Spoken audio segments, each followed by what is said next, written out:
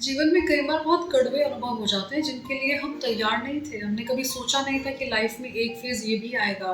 जैसे किसी बहुत घनिष्ठ आदमी का, किसी बहुत लव्ड वन्स की डेथ, आपका एक्सीडेंट हो जाना है, फैमिली मेंबर में किसी का एक्सीडेंट हो जाना, डिवोर्स हो जाना, ब्रेकअप हो जाना, बिज़नेस एकदम से ठप हो जाना, जॉब चले जाना। ऐसी बहुत सारी चीज़ें हो सकती हैं लाइफ में जो आपको एक ट्रॉमेटिक सिचुएशन देकर जा सकती हैं, ट्रॉमा देकर जा सकती हैं। और उस ट्रॉमा से क्या होता है ना, एक बहुत इंटेंस सैडनेस का, ग्रीफ का एक फीलिंग आपको आता है, जिसके लिए आप तैयार नहीं थे या जिसको आपने पहले कभी अनुभव नहीं किया था इतनी इंटेंसिटी से।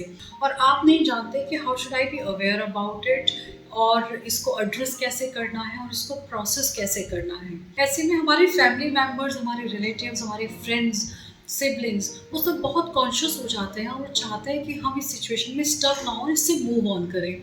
लेकिन इसके लिए जो तरीका वो अपनाते हैं वो कई बार गलत भी साबित होता है। जैसे बजाय उस आदमी को सुनने के, उसको समझने के, उसको टाइम देने के कि इसको प्रोसेस करें, हम उसको एक एक्टिविटी स्केड्यूल पर ले जाते हैं कि आप मूवी देख लीजिए, आपका मूड ठीक नहीं है, आप कहीं वेकेशंस के लिए चले जाइए, आप अच्छी-अच्छी बातें कीजिए, let's not talk about this, it's okay, life will be okay, life will be good after it, you are stronger than that, let's not get stuck to this part only, there are other happy things also around you. तो ऐसी बहुत सारे statement बोलते हैं हम, जो उस आदमी की उन भावनाओं को मिनिमाइज कर रहे हैं, डिनाई कर रहे हैं और इनवैलिडेट कर रहे हैं। आप वैलिडिटी नहीं दे रहे हैं उसकी भावनाओं को, जो भी वो फील कर रहा है।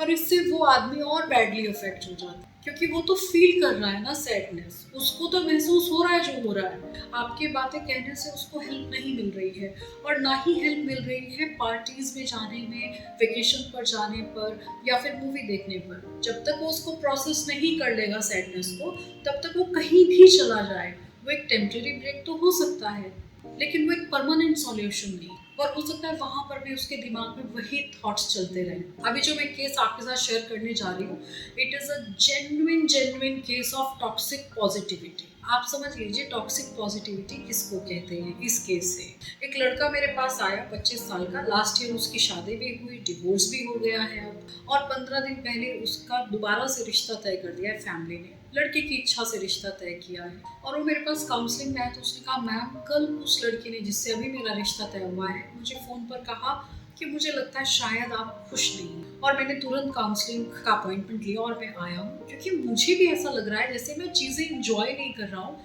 And something sits heavy on my heart, I don't know what it is.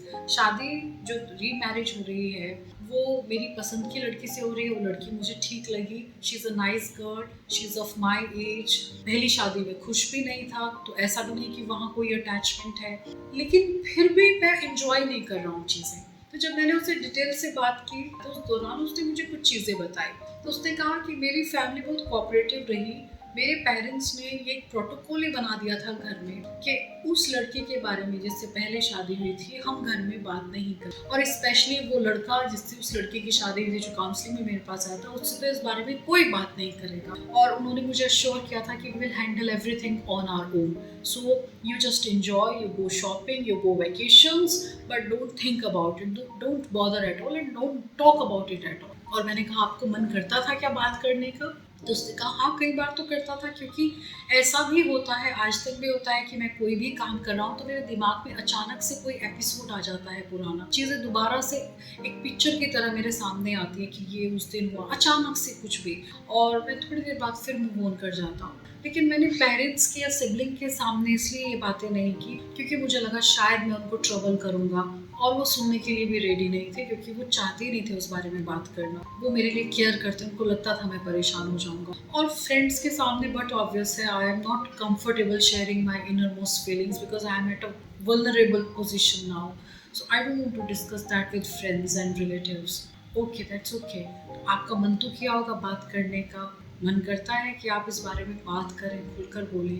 When he started talking about that, he burst into tears, रोने लगा। और आप समझते हैं क्यों रोया है? क्योंकि भले ही शादी से बाहर निकलना चाह रहा था, भले ही रीमैरिज के लिए रेडी था, लेकिन किसी भी फीलिंग को, सैडनेस और ग्रीफ की फीलिंग को स्पेशली, जैसा ही एक ट्रॉमेटिक एपिसोड हुआ, 1 साल में कितना कुछ हुआ ना, शादी हुई, फिर डिवोर्स भी हो गया, उस बीच में झगड़े भी हुए होंगे, परेशानियां हुई होंगी, उसके बाद भी परेशानियां रही होंगी, और अब रीमैरिज हो रही है। लेकिन इस बीच में उसे ये मौका ही नहीं मिला कि वो किसी से खुल के अपने मन की बात कह सके, कोई हो जो उसको समझे और सिर्फ उसको सुने। क्योंकि जब आप बोलते हैं तो आप अपने बहुत सारे इमोशंस को बाहर आने दे रहे हैं और आपका दिल हल्का होता है। कहते हैं ना, कहो आपका दिल हल्का होगा। ये बहुत छोटी बात लगती है, लेकिन ये बहुत इंपॉर्टेंट है किसी चीज़ को प्रोसेस करने के लिए। और जब आप खुद कोई बात बोलते हैं ना, तो आपको बहुत ज़्यादा अंडरस्टैंडिंग भी उस चीज़ के बारे में होती है, तो वो आपको अफेक्ट करना कम दे देती है। उसका जो इम्पैक्ट होता है आपके ऊपर, वो कम हो जाता है। आपने देखा होगा बहुत सारे मैनिफेस्टेशंस बताने वाले लोग भी कहते हैं ना, जो सोचते हैं वो बताओ मत, उसका प्रभाव कम हो जाएगा। ऐसे ही जब दुख बोलते हैं तो दुख का प्रभाव भी आपके ऊपर कम हो जाता है। आप जब दुख की बात किसी को बताएंगे, शेयर करेंगे, तो आप लाइट फील करेंगे, you will feel light, you will come to know how to process it, eventually you will come to know how to process it. अब वो जब दुखी हुआ और उसने सब बातें मुझे बताई, तो ये एक केस था जिसमें टॉक्सिक पॉजिटिविटी इतनी ज़्यादा थी कि उस लड़के से इस पूरे एपिसोड में 1 साल के किसी ने ये पूछा ही नहीं कि तुम्हें कैसा फील हुआ है, तुम कैसा अनुभव कर रहे हो, क्या तुम रीमैरिज के लिए जल्दी तैयार हो। इंडिया में डिवोर्स के केसेस बढ़ रहे हैं, लेकिन मैं देखती हूँ कि सोसाइटी में शादी का जितनी जल्दी रहती है, शादी करो, डिवोर्स भी वैसे ही हो रहा है जल्दी, और फिर उसके बाद रीमैरिज में भी समय नहीं मिल रहा है। तो लड़का हो या लड़की, उसको इसको प्रोसेस करने का समय दिया जाना चाहिए और टॉक्सिक पॉजिटिविटी नहीं होनी चाहिए। There should be someone who can sit and talk to the person, making him comfortable about his experience or her experience. कैसा अनुभव है, कैसा फील कर रहा है, दुख है क्या, कोई एपिसोड है क्या जो याद आता है, कोई गिल्ट है क्या जिसके बारे में आप बात करना चाहते हो, तो you need to talk it through and you will feel light.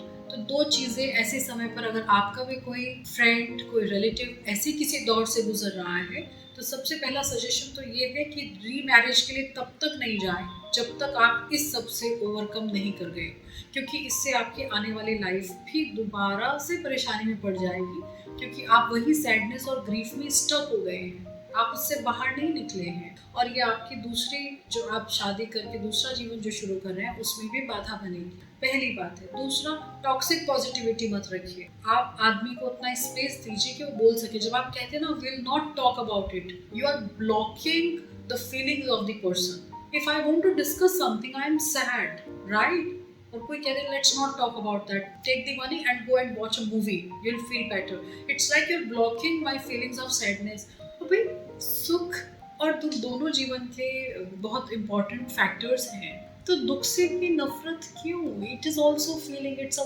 Very good feeling. If processed well, it can make you stronger, it can make you wiser.